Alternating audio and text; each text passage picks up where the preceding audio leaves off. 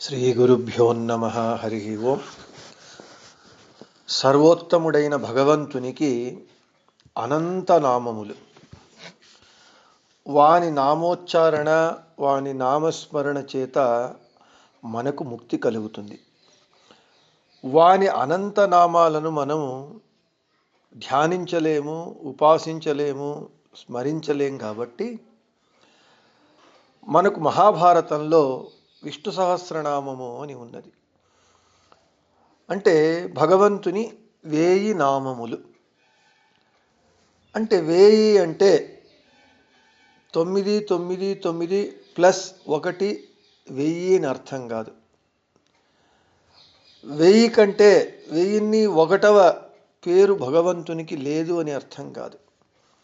ఇక్కడ సహస్రము అంటే అనంతము అని అర్థం.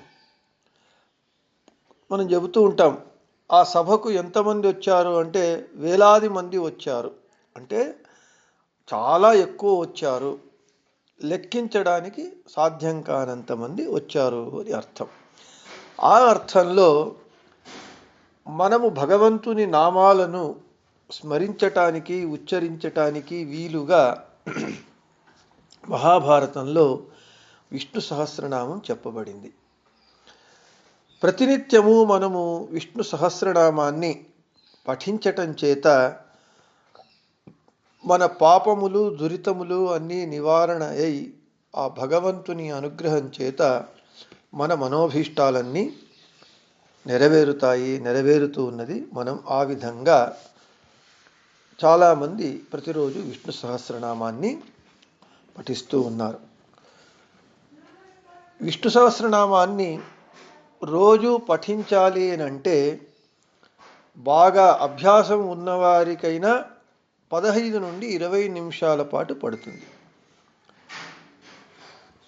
ఈ కలియుగంలో మనమందరూ ఉరుకుల పరుగుల జీవనంలో ఉన్నాం కాబట్టి ఇది మనకు పార్వతీదేవి రుద్రుల వారిని అడుగుతుంది. ముందు జనులంతా అల్పశక్తి కలిగినటువంటి వారే ఉంటారు. అటువంటి వారు 1000 నామాలైనటువంటి విష్ణు సహస్రనామాన్ని పఠించటానికి చేతగాని వాళ్లకు విష్ణు సహస్రనామ పారాయణ ఫలము ఏ విధంగా కలుగుతుంది, దానికి ఒక చిన్న ఉపాయాన్ని చెప్పమని పార్వతీదేవి రుద్రుల వారిని అడుగుతుంది. పార్వత్యౌవాచ కేనోపాయేన లఘునా విష్ణోర్నామ సహస్రకం పఠ్యతే పండితైర్నిత్యం శ్రోతుమిచ్ఛామ్యహం ప్రభో. విష్ణు సహస్రనామ పారాయణ ఫలాన్ని, పఠించేటటువంటి ఫలాన్ని పొందడానికి ఒక చిన్న ఉపాయాన్ని చెప్పమని పార్వతీదేవి రుద్రుల వారిని అడిగినప్పుడు పరమ వైష్ణవులైనటువంటి శంకరుడు ఈ విధంగా చెబుతూ ఉన్నాడు. శ్రీరామ రామ రామేతి రమే రామే మనోరమే సహస్రనామ తత్తుల్యం రామనామ వరానని.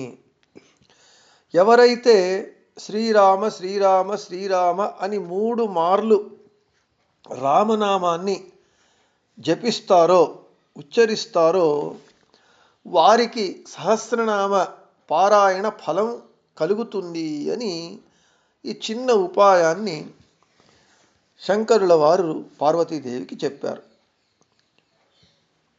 అయితే ఏమిటండి 1000 నామాలు ఎక్కడ, శ్రీరామ శ్రీరామ శ్రీరామ అని ఆ రామనామాన్ని 3 సార్లు జపిస్తే సహస్రనామ పారాయణ ఫలం ఎలా వస్తుంది? మీరు ఊరికే ఏదో కథలు చెప్తున్నారు అని మీరు అడగవచ్చు. అయితే దేనికైనా ఒక శాస్త్రీయత ఉంటుంది. మనకు స్వరవర్ణాలు, అక్షరాలలో ఆ నుంచి అహా వరకు, వ్యంజనాక్షరాలు కా నుంచి క్ష వరకు, దానిలో కా వర్గము, పా వర్గము, టా వర్గము అని వర్గాలు ఉన్నాయి. కా ఖ క గ జ్ఞ కా వర్గము, టా వర్గము టా ఠ డా ఢ ణ, పా వర్గము పా ఫ బా భ మ, యా రా లా వా షా షా సా హ యా వర్గము. ఈ విధంగా వర్గాలు ఉన్నాయి. రామ అనేటటువంటి పదంలో రా మ రెండు అక్షరాలు ఉన్నాయి. రా అనేటటువంటిది యా వర్గంలో యా రా లా వ య షా షా సహ యా వర్గంలో రా అనేటటువంటిది రెండవ అక్షరం. మా అనేటటువంటి అక్షరము పాప బాభ మ మా అనేటటువంటిది పావర్గంలో ఐదవ అక్షరం. అంటే రా అనేది రెండవ అక్షరము, మా అనేటటువంటిది ఐదవ అక్షరము.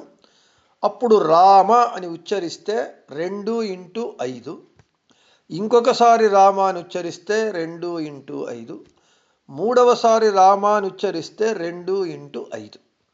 ఈ 2 × 5, 2 × 5, 2 × 5 వీరిని మీరు గుణిస్తే, హెచ్చిస్తే 1000 వస్తుంది.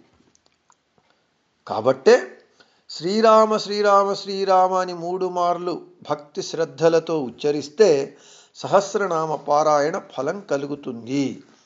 ఎవరికైతే విష్ణు సహస్రనామ పారాయణాన్ని చెయ్యటానికి శక్తి ఉండదో వారు ఈ విధంగా పఠించాలి.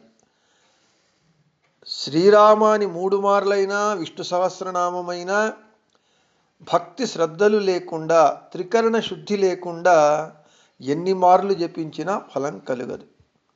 ఒక్క మారైనా 3 మార్లైనా 1000 మార్లైనా త్రికరణ శుద్ధిగా భక్తితో పఠించాలి. అప్పుడు మాత్రమే మనకు ఫలం కలుగుతుంది.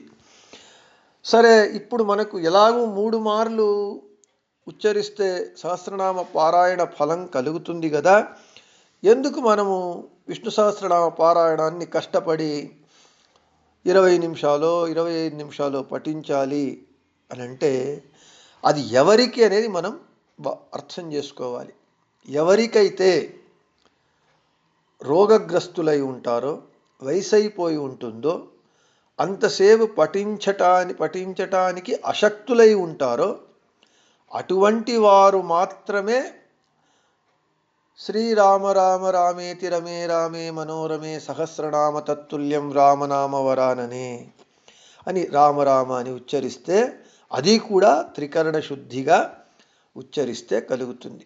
అంతేగాని బాగా శక్తి ఉండి ఆరోగ్యంగా ఉండి అన్ని పనులు చేసుకుంటూ విష్ణు సహస్రనామ పారాయణానికి వచ్చేటప్పటికీ శ్రద్ధ లేకుండా ఏదో సులభంగా మనం పుణ్యాన్ని కొట్టేద్దాము అని సోమరితనంతో ఈ విధంగా చేస్తే ఫలితం రాదు.